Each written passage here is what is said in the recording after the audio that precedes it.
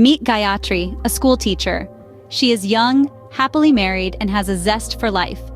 Before we go through Gayatri's story, I would request you to please like, share, and subscribe to my channel. Gayatri has a modest income. Her husband Ganesh is a medical representative.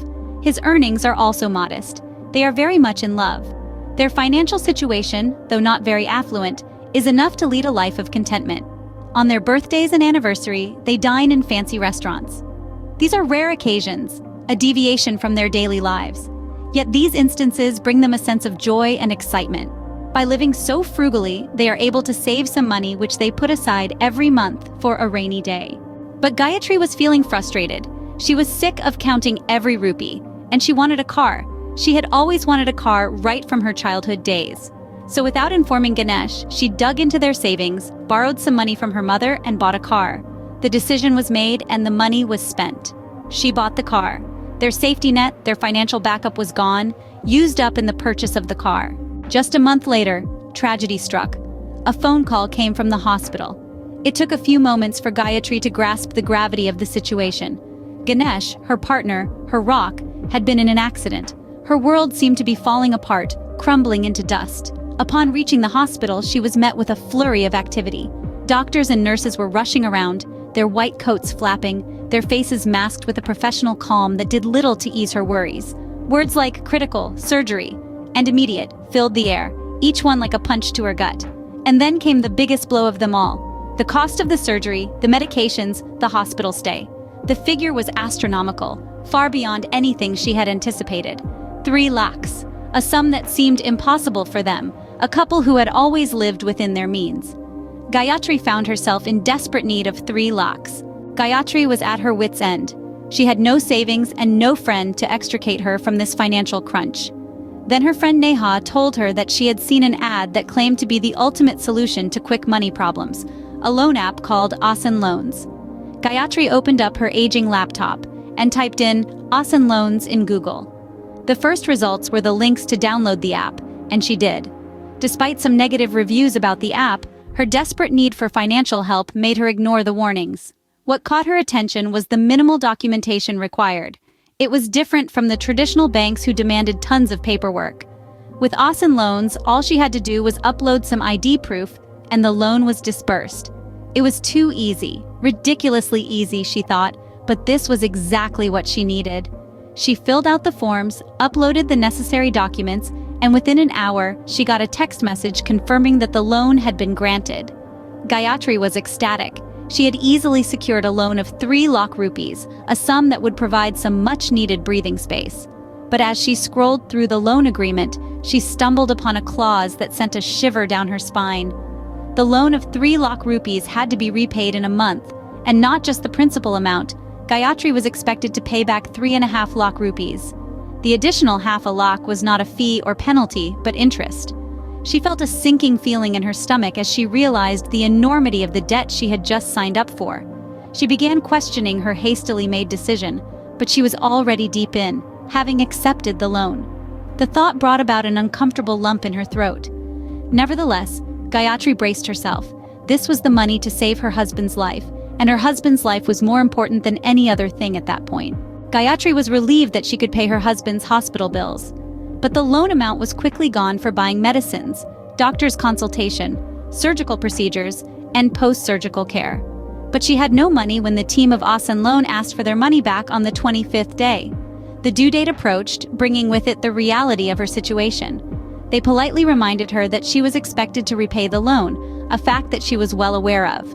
But the reality of her financial condition was such that she had no money, no resources to repay it. And on the 29th day, the friendly reminders turned into insults and harassment from Easyloan when Gayatri couldn't repay on time.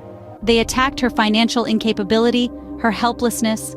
Her every interaction with them was a nightmare, stripping her of her dignity, her self-respect. When Gayatri pleaded helplessness, they suggested she take another loan, leading to a vicious cycle of debt. It was a trap, a well-laid plan to entangle her further. Take another loan, pay off the previous one. It sounded simple, like a solution, but it was a cycle, a vicious one that threatened to pull her deeper into its clutches. So she took another loan of 5 lakh rupees to be paid off with another 1 lakh rupees interest within 3 months. She used the money to pay off her loan of 3.5 lakhs, and the rest was used for the post-surgery care of her husband. The vicious cycle had begun. The money was a temporary relief, a temporary solution to her mounting problems. As the due date of her second loan passed, the relentless chain of events began to escalate in a way that only nightmares can. The phone rang incessantly. The calls were from Easyloan, the company that had seemed so accommodating. Now they were merely a cold, unfeeling entity, a predator stalking its vulnerable prey with relentless precision. The threats began as subtle insinuations, each one more menacing than the last. The representatives of Easyloan had dropped their friendly facade, revealing the beast underneath. They revealed that when she downloaded the Easyloan app, they immediately got access to her contacts and her photos. They threatened to morph her photos, her face superposed on nude bodies, and send to all the people on her contact list. A threat that sent a shiver of fear and shame down her spine. They were trying to shame her into paying up, using her vulnerability as a lever. Gayatri felt a crushing pressure that threatened to shatter her life.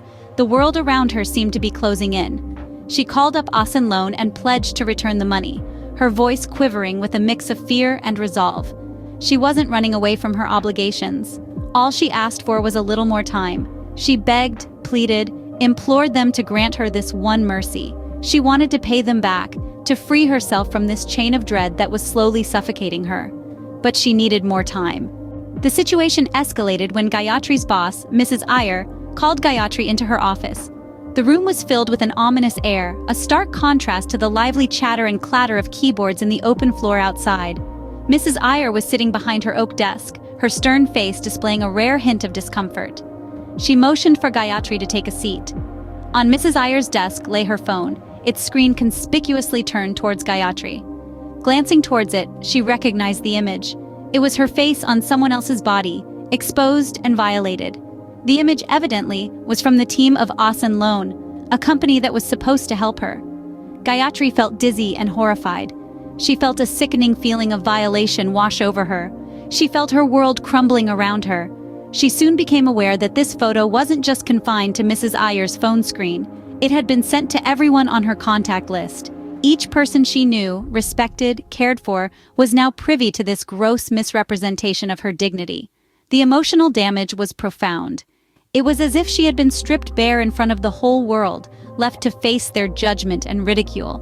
Her reputation, her credibility, her relationships, everything was at stake. Easyloan threatened to do further damage if she didn't pay back her dues. The message was clear and sinister. Pay up or expect worse. The thought of what worse could entail sent a chill down her spine. Everything felt unreal to Gayatri. This was a nightmare she couldn't wake up from. The weight of her situation was too much for her fragile psyche. She was now on the brink of suicide. Fortunately, Gayatri's husband Ganesh, her boss, Mrs. Iyer, and her friends stood by her side. In order to repay the loan, Gayatri made the colossal decision to sell off her car and jewelry. This wasn't an easy choice to make. The car, a symbol of independence, and the jewelry, a reflection of her cultural heritage, held great sentimental value. She also took the bold step of filing an FIR against Easyloan, a decision that required immense courage and fortitude. Despite knowing that the road to justice was long and arduous, she chose to fight, to bring the culprits to book, to ensure that no one else fell prey to such fraudulent activities. Sadly, the culprits were never caught.